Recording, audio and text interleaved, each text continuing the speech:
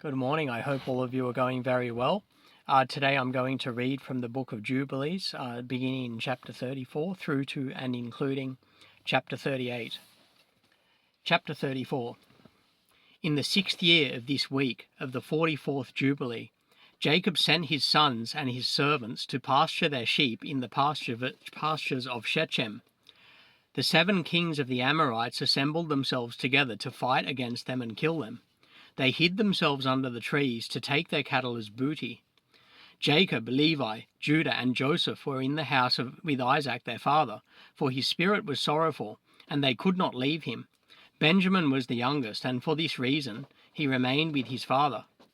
The king of Taphu, the king of Eresa, the king of Saragan, the king of Selo, the king of Gais, the king of Bethoron, the king of Manasseh, and all those who dwell in these mountains and who dwell in the woods in the land of Canaan came. They announced to Jacob, saying, "Look, the kings of the Amorites have surrounded your sons and plundered their herds." And he left his house, he and his 3 sons, and all the servants of his father, and his own servants, and he went against them with 6,000 men, who carried swords. He killed them in the pastures of Shechem, and pursued those who fled, and he killed them with the edge of the sword. And he killed Eresa and Taphu, and Saragan and Selo, and Amani Sakir and Gagais, and he recovered his herds.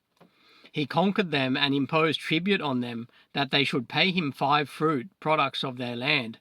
He built the cities of Robel and Tamnatares. He returned in peace and made peace with them, and they became his servants until the day that he and his sons went down into Egypt. In the 7th year of this week he sent Joseph from his house to the land of Shechem to learn about the welfare of his brothers. He found them in the land of Dothan. They dealt treacherously with him and formed a plot against him to kill him, but they changed their minds and sold him to Ishmaelites merchants. They brought him down into Egypt, and they sold him to Potiphar, the eunuch of Pharaoh, the chief of the cooks and priest of the city of Elu. The sons of Jacob slaughtered a kid and dipped Joseph's coat in the blood and sent it to Jacob their father on the 10th of the 7th month. They brought it to him in the evening, and he mourned all that night. He became feverish with mourning for Joseph's death, and he said, "An evil beast has devoured Joseph." All the members of his house mourned and grieved with him that day. His sons and his daughter got up to comfort him, but he refused to be comforted for his son. On that day Bilhah heard that Joseph had perished, and she died mourning him. She was living in Qafratef, and Dinah his daughter died after Joseph had perished. There were now 3 reasons for Israel to mourn in 1 month. They buried Bilhah next to the tomb of Rachel, and Dinah his daughter. They were all buried there. He mourned for Joseph 1 year, and did not cease, for he said, "Let me go down to my grave mourning for my son." For this reason it is ordained for the children of Israel that they should remember and mourn on the 10th of the 7th month. On that day the news came, which made Jacob weep for Joseph. On this day they should make atonement for their sins for themselves, with a young goat on the 10th of the 7th month, once a year, for they had grieved the sorrow of their father regarding Joseph his son. This day, once a year, has been ordained that they should grieve on it for their sins, and for all their transgressions, and for all their errors, so that they might cleanse themselves. After Joseph perished, the sons of Jacob took to themselves wives. The name of Reuben's wife is Ada, and the name of Simeon's wife is Adelbar, a Canaanite. The name of Levi's wife is Melchah, of the daughters of Aram, of the offspring of the sons of Terah. The name of Judah's wife is Betusiel, a Canaanite. The name of Issachar's wife is Hazakah, and the name of Zabulon's wife is Neeman. The name of Dan's wife is Eglah. The name of Naphtali's wife is Rasu, of Mesopotamia. The name of Gad's wife is Makkah. The name of Asher's wife is Ijonah. The name of Joseph's wife is Asenath, the Egyptian. The name of Benjamin's wife is Ijasakah. And Simeon repented and took a second wife from Mesopotamia, as his brothers had done. Chapter 35. In the first year of the first week of the 45th Jubilee, Rebekah called Jacob her son, and commanded him regarding his father and regarding his brother, that he should honor them all the days of his life. Jacob said, I will do everything you have commanded. I will honor them. This will be honor and greatness to me, and righteousness before the Lord. Mother, you know from the time I was born until this day, all my deeds and all this that is in my heart, I always think good concerning all. Why should I not do this thing which you have commanded me, that I should honor my father and my brother? Tell me, mother, what perversity have you seen in me, and I shall turn away from it, and mercy will be on me. She said to him, My son, in all my days I have not seen any perverseness in you, but only upright deeds. Yet I will tell you the truth, my son. I shall die this year. I shall not survive this year in my life. I have seen the day of my death in a dream. I should not live beyond 155 years. I have completed all the days that I am to live my life. Jacob laughed at the words of his mother, because his mother had said she should die. She was sitting across from him in possession of her strength, and she was still strong. She came and went as she wished. She could see well, and her teeth were strong. No sickness had touched her all the days of her life.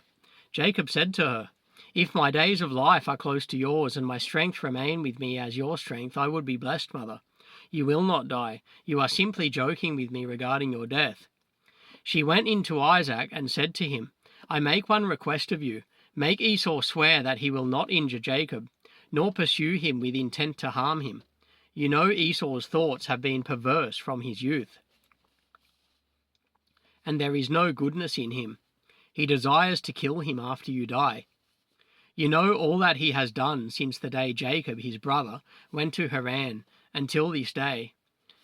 He has forsaken us with his whole heart, and has done evil to us. He has stolen your flocks, and carried off all your possessions while you watched. When we asked him and begged him for what was our own, he did as a man who is a stranger, who was taking pity on us, giving a token like one giving alms to a beggar. He is bitter against you because you blessed Jacob, your perfect and upright son. There is no evil but only goodness in Jacob. Since he came from Haran to this day, he has not robbed us of anything. He always brings us everything in its season. He rejoices and blesses us with all his heart when we take his hands. He has not parted from us since he came from Haran until this day, and he remains with us continually at home, honoring us. Isaac said to her, I also know and see the deeds of Jacob who is with us, how he honors us with all his heart. Before I loved Esau more than Jacob, because he was the firstborn, but now I love Jacob more than Esau, for Esau has done many evil deeds, and there is no righteousness in him. All his ways are unrighteousness and violence. My heart is troubled because of all his deeds. Neither he nor his offspring will be exempt, because they are those who will be destroyed from the earth, and who will be rooted out from under heaven. He and his children have forsaken the God of Abraham, and gone after his wives' gods, and after their uncleanness, and after their error. You told me to make him swear that he will not kill Jacob his brother, but even if he swears, he will not abide by his oath. He will not do good, but evil only. If he desires to kill Jacob his brother, then into Jacob's hands he will be given. He will not escape from Jacob's hands. Do not be afraid for Jacob, for the guardian of Jacob is great, powerful, honored, and praised, more than the guardian of Esau. Rebekah called for Esau, and he came to her, and she said to him, I have a request of you, my son. Promise to do it, my son. He said, I will do everything that you say to me, and I will not refuse your request. She said to him, I ask you that the day I die, you will take me in and bury me near Sarah, your father's mother, and that you and Jacob will love each other, and that neither will desire evil against the other, but have mutual love only. Do this, so you will prosper, my son, and be honored in the all of the land, and no enemy will rejoice over you. You will be a blessing and a mercy in the eyes of all those that love you. He said, I will do all that you have told me. I shall bury you on the day you die near Sarah, my father's mother, as you have desired that her bones be near your bones. Jacob my brother I shall love above all flesh. I have only one brother in all the earth but him. It is only what is expected of me. It is no great thing if I love him, for he is my brother. And we were sown together in your body, and together came we out from your womb. If I do not love my brother, whom shall I love?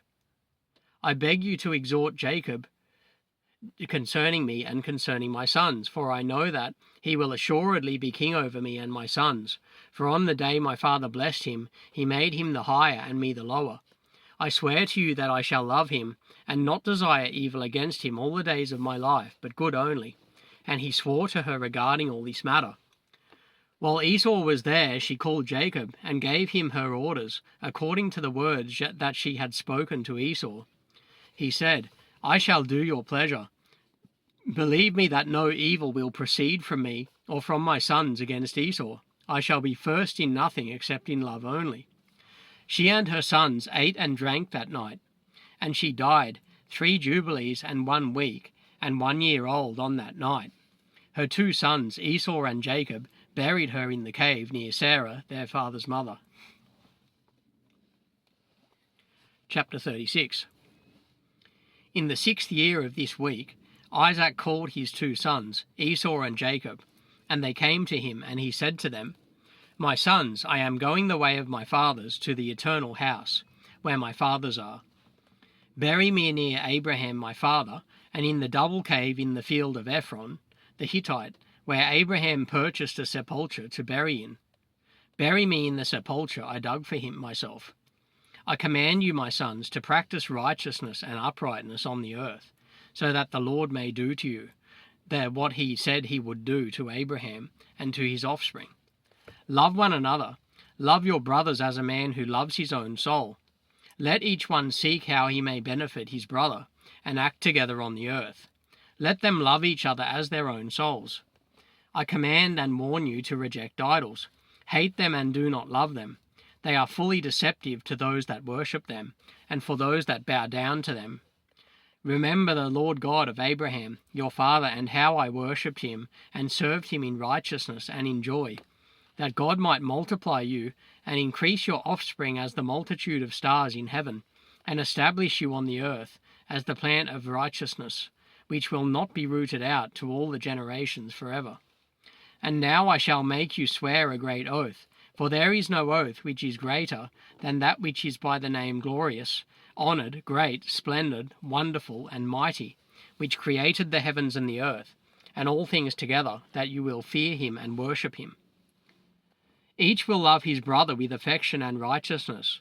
Neither will desire to do evil against his brother from now on, forever all the days of your life, so that you may prosper in all your deeds and not be destroyed.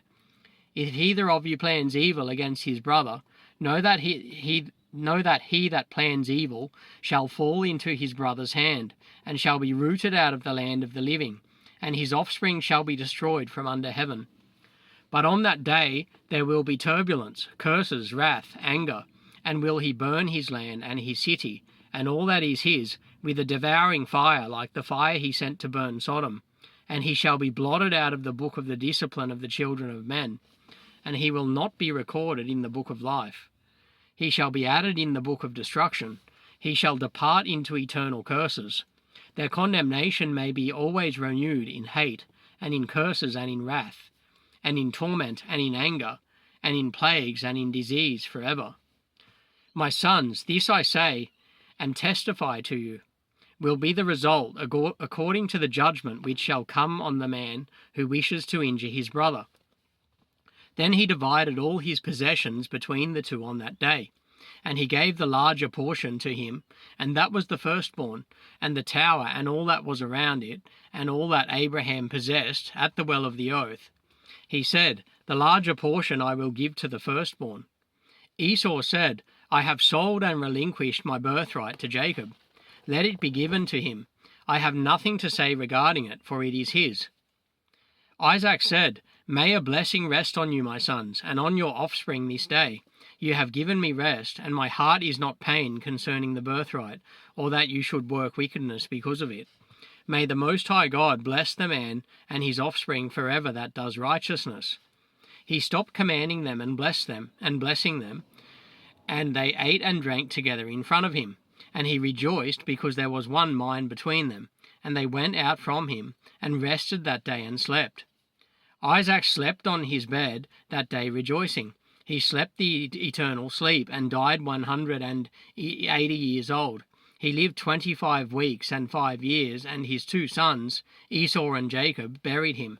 After that, Esau went to the land of Edom, to the mountains of Seir, and lived there. Jacob lived in the mountains of Hebron, in the high place of the land in which his father Abraham had journeyed. He worshipped the Lord with all his heart. He had divided the days of his generations according to the commands he had seen. Leah his wife died in the 4th year of the 2nd week of the 45th Jubilee, and he buried her in the double cave near Rebekah, his mother, to the left of the grave of Sarah, his father's mother. All her sons and his sons came to mourn over Leah, his wife, with him and to comfort him regarding her. He was lamenting her, for he loved her greatly after Rachel, her sister, died. She was perfect and upright in all her ways, and she honored Jacob. All the days that she lived with him, he did not hear from her mouth a harsh word, for she was gentle, peaceable, upright, and honorable. And he remembered all the deeds she had done during her life, and he lamented her greatly. He loved her with all his heart and with all his soul. Chapter 37. On the day that Isaac, the father of Jacob and Esau, died, the sons of Esau heard that Isaac had given the eldest portion to his younger son Jacob, and they were very angry. They argued with their father, saying, "Why has your father given Jacob the portion of the elder and passed you over, even though you are the elder and Jacob the younger?" He said to them, "Because I sold my birthright to Jacob for a small portion of lentils, and on the day my father sent me to hunt, catch, and bring him something that he should eat and bless me. Jacob came with deceit and brought my father food and drink. My father blessed him and put me under his hand. Now our father has caused Jacob and me to swear that we shall not devise evil plans against his brother, and that we shall continue in love and in peace each with his brother, and not make our ways corrupt." They said to him, "We shall not listen to you to make peace with him. We are stronger than him, and we are more powerful than he is. We shall depose him and kill him, and destroy him and his sons. If you will not go with us, we shall hurt you also. Listen, let us send to Aram, Philistia, Moab, and Ammon. Let us take chosen men who are trained in battle, and let us go against him, and do battle with him. Let us exterminate him from the earth before he grows strong." Their father said to them, "Do not go and do not make war with him, or you shall fall before him." They said to him, "This is how you have acted from your youth until this day. You have continued to put your neck under his yoke. We shall not listen to these words." Then they sent to Aram and to Aduram, to the friend of their father, and they also hired 1,000 chosen men of war. And there came to them from Moab, and from the children of Ammon, those who were hired, 1,000 chosen men, and from Philistia 1,000 chosen warriors, and from Edom and from the Horites 1,000 chosen warriors, and from the Kittim mighty warriors. They said to their father, "Go out with them and lead them, or else we shall kill you." And he was filled with boiling anger on seeing that his sons were forcing him to go before them to lead them against Jacob his brother. But afterward he remembered all the evil that lay hidden in his heart against Jacob his brother, and he did not remember the oath he had sworn to his father and to his mother, that he would plan no evil against Jacob his brother all his days. Because Jacob was in mourning for his wife Leah, he did not know they were coming to battle against him, until they approached the tower with 4,000 soldiers and chosen warriors. The men of Hebron sent to him, saying, "Look, your brother has come against you to fight. He has with him 4,000 men carrying swords, shields, and weapons." They told him this because they loved Jacob more than Esau. So they told him, for Jacob was a more gracious and merciful man than Esau. But Jacob would not believe until they came very near to the tower. He closed the gates of the tower, and he stood on the battlements and spoke to his brother Esau, and said, "Noble is the comfort you have come to give me concerning the death of my wife. Is this the oath that you swore to your father and again to your mother before they died? You have broken the oath, and on the moment that you swore to your father, you were condemned." Then Esau answered and said to him, "Neither the children of men nor the beasts of the earth have sworn an oath of righteousness and kept it forever. Every day they lay evil plans one against another, regarding how they might kill their adversary or foe. You will hate my children and me forever, so there is no observing the tie of brotherhood with you. Hear these words that I declare to you. If the boar can change its skin and make its bristles as soft as wool, or if it can cause horns to sprout out on its head like the horns of a stag or of a sheep, then will I observe the tie of brotherhood with you. Like breasts separate themselves from their mother and fight you, and I have never been brothers."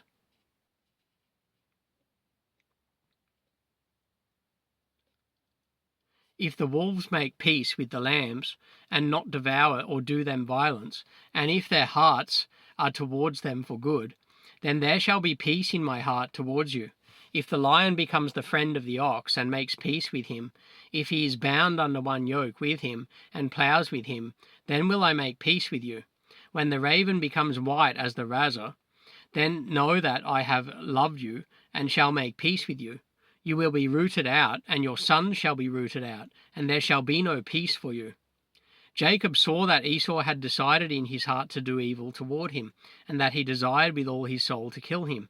Jacob saw that Esau had come pouncing like the wild boar, which charges the spear that is set to pierce and kills it, and yet does not even slow down.